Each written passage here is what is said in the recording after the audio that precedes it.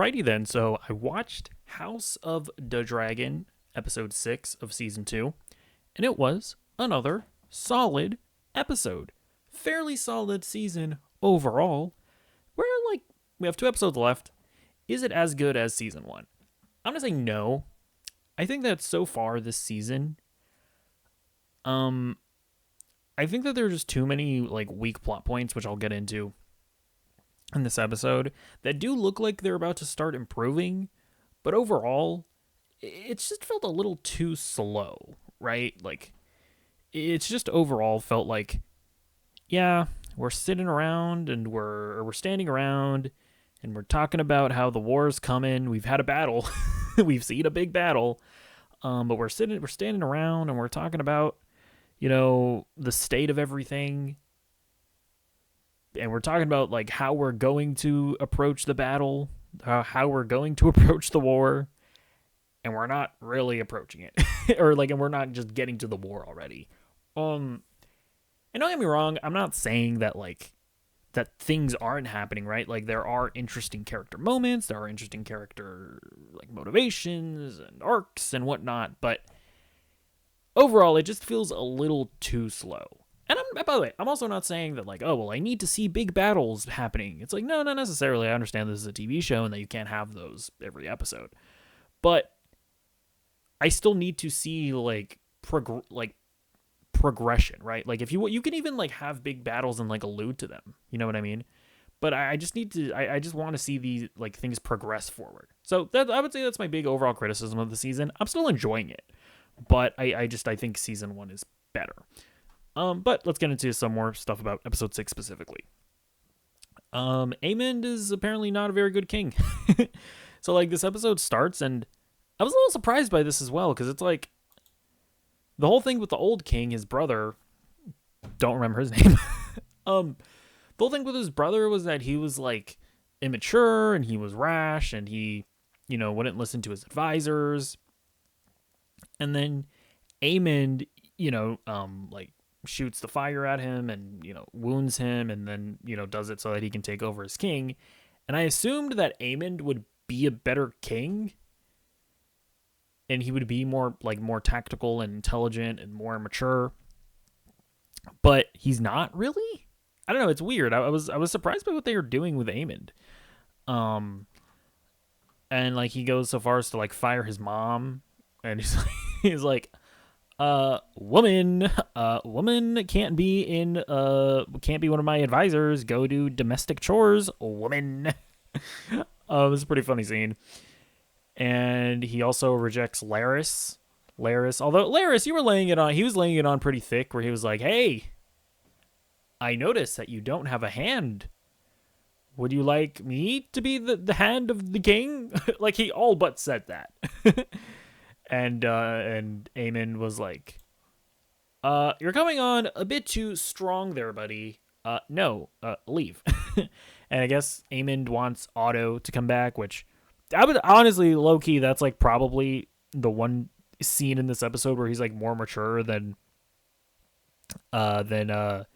his brother, because Otto, I mean, say what you will about Otto. I mean, he's obviously like very intelligent and crafty, and he is like good for doing like if you're waging war and you're playing the game of politics. Otto is the guy that you want at your side. So that is mature of him, to be fair. And then like the other big factor that they do here, that we see here, is that the king is very much alive. And he remembers what his brother did to him. And he's like, uh-oh, I'm going to tell somebody at some point. And it's very and like this plot point is very good. It's very tense because it's like, oh shit, like Aemond kind of has to straight up kill his brother or else his brother is going to get better and he is going to like enact revenge whenever he's able to.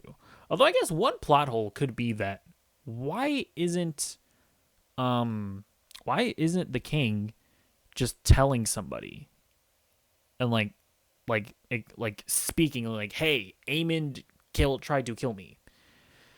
Is it because Aemond is the king right now, and they maybe wouldn't be able to do anything to him while he's king, and that would just cause like grave like ramifications. I wonder if it has something to do with that, but I don't know. I feel like they should have explained that, because I do feel like the king should be able to just like say, "Hey, he tried to kill me.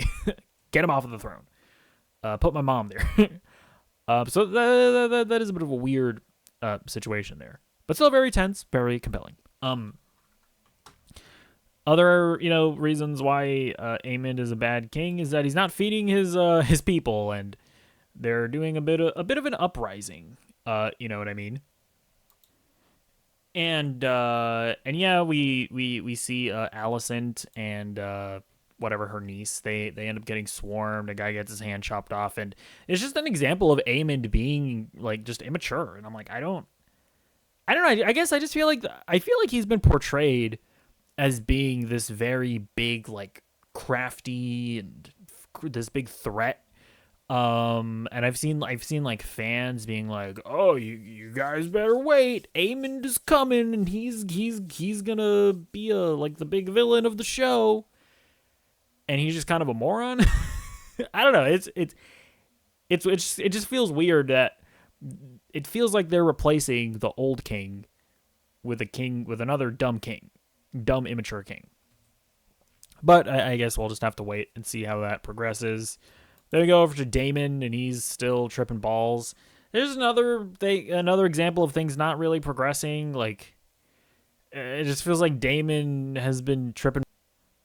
Sorry, something happened with the recording. It feels like Daemon has just been like tripping balls and like confronting his past, confronting his demons for like the entire season, and it's like okay, I get it. Daemon is he's confronting his past. Like when is he either going to realize that he needs to stop being so like power hungry, or realize that he needs to go back to Rhaenyra, or not realize any of his faults and just double down on wanting to secure power? Like, pick a path, Daemon, already. Although to be fair, they do kind of allude to him reaching some kind of conclusion to this arc, because he ends up asking the witch lady for help. So I don't know, maybe to be fair, this episode does kind of indicate that Daemon is probably going to end up like being a bit more humble and accepting his place at Rhaenyra's side. This does kind of hint at that, but I am kind of at the point where I'm like, all right, let's just get to whatever Daemon is going to do already.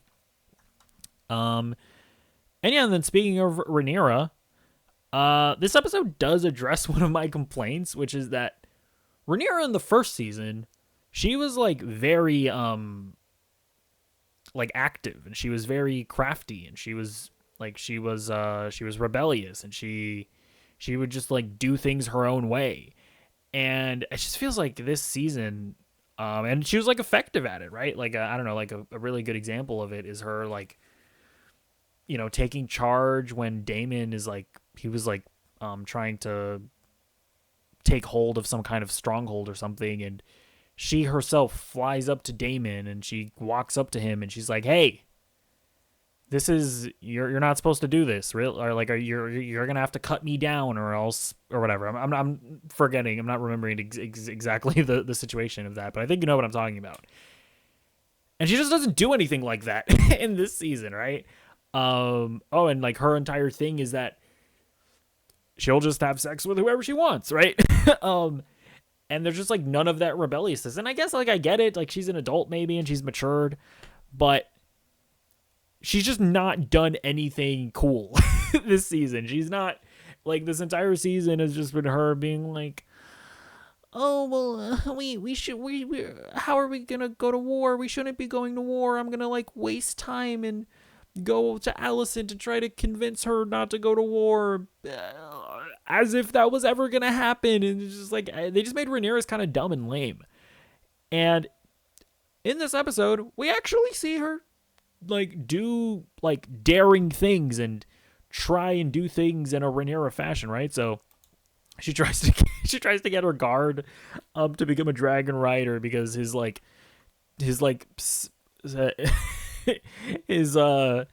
his cousin twice removed's great grandmother was maybe royalty. And he was like, hey, see if you can get the dragon, see if you can become a dragon rider. And that failed, but you know what? That was a very Rhaenyra thing to do. Doing things in unconventional ways. I would say probably the funniest season moment of the episode, and probably of the season so far, is when, like, after that whole thing fails, like, one of her advisors is like, Your Highness, or what do they say? Your Grace, that was a very retarded thing to do. Who said that it was retarded and you probably shouldn't do it? Why, the guy holding 2 thumbs up. This guy. And she just, like, smacks him.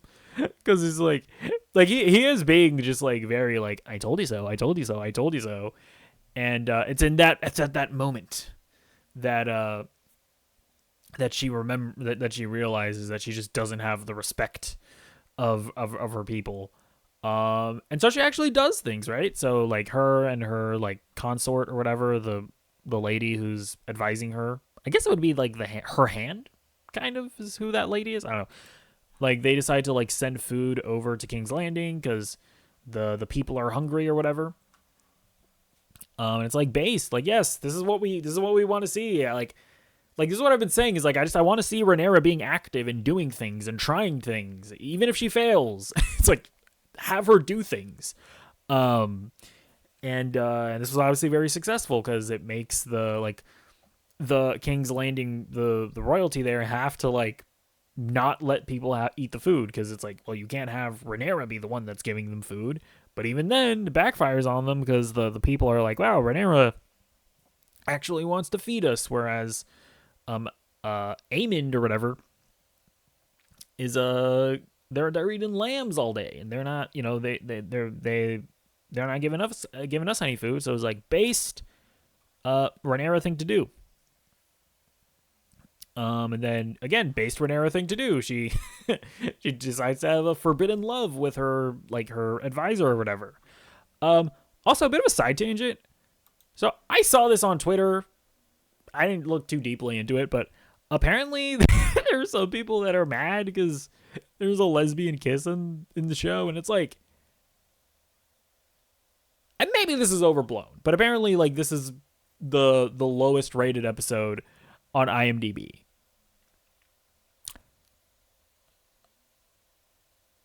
If you're one of those people, and maybe it's overblown, and by the way, don't leave a comment being like, I'm not homophobic, I just thought the episode was bad. Obviously, if you're not homophobic, I'm not talking about you. But if you are one of those people, I need you to take a moment, take a breath, and think about what you're doing here. We're talking about a show where the majority of the relationships, I'm talking about House of the Dragon in specific, the majority of the relationships are between families, right? Incest, and they're, like, pedophilic in nature. Right? Like, okay, maybe I'm wrong about that, but, like, what age was Alicent when King Viserys got with her? What age was that? And again, maybe I'm forgetting the exact ages here, but, like, how old was Rhaenyra when Daemon got with her? How old was that? Like, at best, we're talking about, like, relationships that have very problematic age gaps. How in the ever-loving Jesus Christ are you getting mad because there's a lesbian kiss? Like, I need you to understand how insane that is. Anyways, maybe that was overblown. Maybe that's not happening that much. Okay, maybe. But I just that just made me laugh when I saw that. But yeah, and then the episode ends, and it's like, yes, thank you. This is what I want to see Rhaenyra doing. She does a daring thing where, well, okay, so because like, hold on, let me look for the picture here. Yeah, so the dragon that rejected the guard guy, he chooses this guy as his rider because this guy is definitely of like royal blood. Um, so like the dragon like that they need to win the war actually does choose a guy, and instead of consulting with the council and not when they don't have her respect and whatnot, what does Rhaenyra do? She does a very Rhaenyra thing to do, and she gets on her dragon and she's about to go and meet up with the guy herself, which is great. Like, thank you. I'm just saying, like, these are the types of things that I want to see Rhaenyra doing. Um, so yeah, overall, like I still do have like my complaints about the season overall being slow, but at least it seems like they are like at the end of the season addressing all of it. I don't think it excuses how slow the season has felt thus far.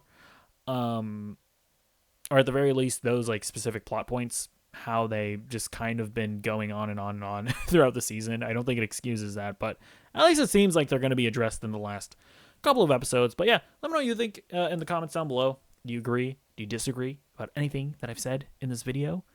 Let me know your thoughts in the comments down below, and I'll see you in the next video. Goodbye.